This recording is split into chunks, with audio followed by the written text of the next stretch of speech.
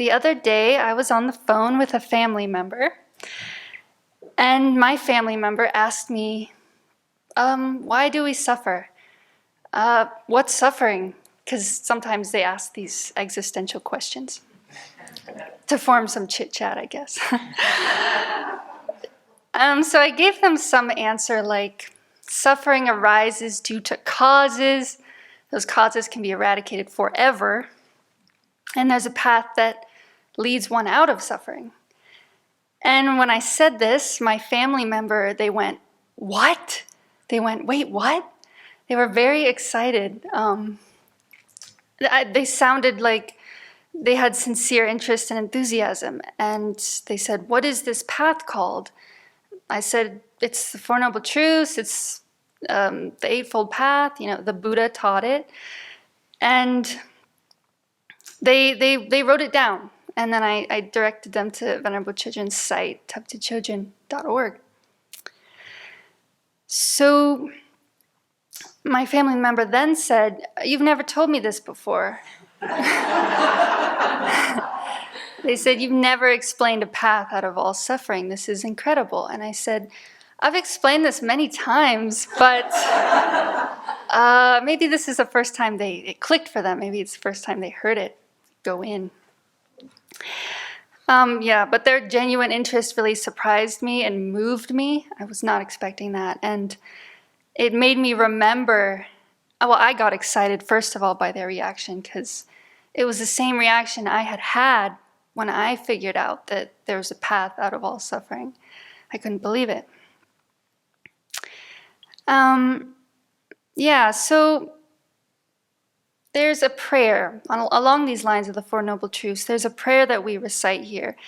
It goes kind of like, it's rare to hear the teaching of the Pratimoksha Sutra. I think practicing it and reciting it. Studying it and reciting it are also rare. Practicing it is the rarest of all.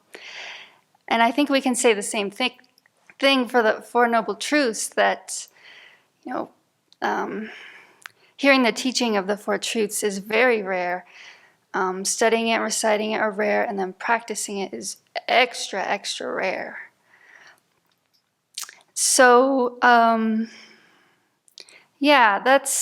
the first truth is suffering is to be recognized, which maybe you might think it's an easy truth to understand, but in my experience, it's so hard to recognize this truth. And I think for a lot of other people too, this is not easy.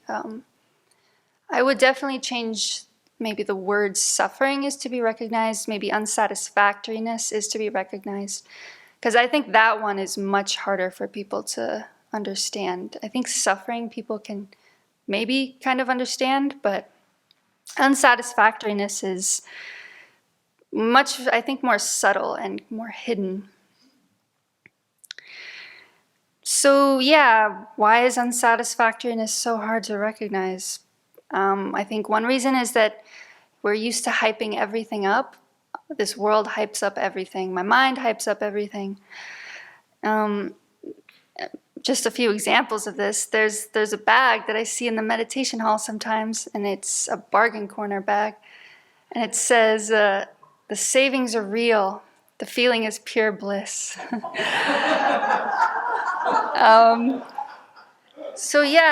that's a bit of a stretch, because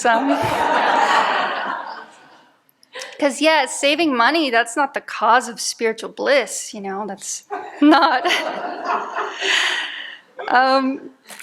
And there was a point in my life when I thought cheese making was a very meaningful, substantial, just very beautiful career. And then I came to the Abbey as a guest in 2018, and I relayed my passion to a nun.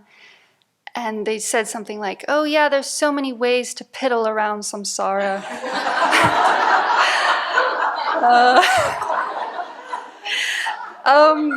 I resented that for a while. But then I found out, okay, that's true actually, yeah. I was piddling around. And there are so many ways to hype up suffering. I'm sure all of you can think of many ways. But yeah, coming back to the rarity of these Four Noble Truths, I mean, in my experience, they're so rare because I've never come across anything in my life that has guaranteed freedom from all suffering. Certainly no product has ever guaranteed that. I don't think they've gone that far. And you know, until I came across the Buddha's claim that, yeah, there's a path. And, you know, I didn't know that I could be free from all suffering growing up. I don't think anybody around me knew it. That, you know, that's not a widespread, well-known idea at all. I took suffering for granted, and I thought, you know, suffering was an inherent part of my life, was an inherent part of me, the people around me. And I also thought that one of the aims of life was to work around suffering as much as possible and deny it and repress it and, yeah, ignore it. So coming across the Four Noble Truths, such a radical, out-of-the-ordinary idea, was so remarkable, and I hope to continue feeling that kind of, I guess, appreciation for it, that preciousness of it. And, you know, now that we know that this freedom is possible, why not go for it, like, completely and totally? I mean, what could beat the pursuit of enlightenment? I don't think anything could. So, in my mind, I see it as encountering the Four Noble Truths is like knowing that the lottery exists. Someone has come up and told you, hey, the lottery exists. And then practicing the Four Noble Truths is like buying a ticket to win the lottery. And then realizing the Four Truths, finally reaching liberation and full awakening, that's like winning the lottery, the ultimate lottery of all existence. So may we all do that. May all sentient beings do that. May they all win the lottery and benefit each other.